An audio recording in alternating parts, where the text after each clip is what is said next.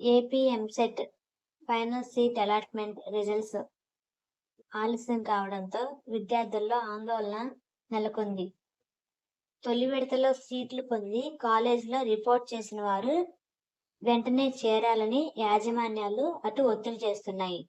కొన్ని చోట్లయితే హాస్టల్ సదుపాయం కావాలంటే ముందుగానే డబ్బులు చెల్లించాలని, లేదంటే వసతి ఉండదని వాళ్ళు చెప్తున్నారు.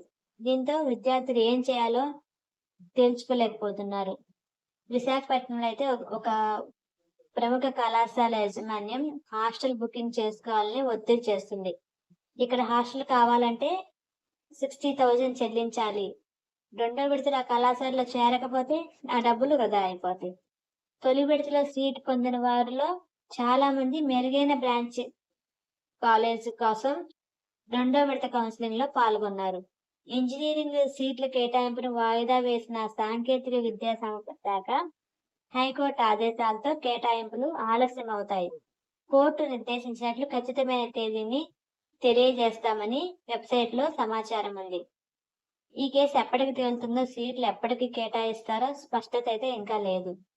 తొలి విడతలో సీట్లు పొందిన అభ్యర్థులకు ఈ నెల 4 నుంచి క్లాసెస్ ప్రారంభించారని ఉన్నత విద్యాశాఖ ఆదేశాలైతే ఇచ్చింది. దీంతో ప్రైవేట్ డీమ్డ్ ఇంజనీరింగ్ కళాశాలలో చేరిన వారికి క్లాసెస్ అయితే స్టార్ట్ అయినాయి. దీంతో రెండో విడతపై ఆశలు పెట్టుకున్న విద్యార్థులు వారి తల్లిదండ్రులు ఆందోళనకు గురవుతున్నారు.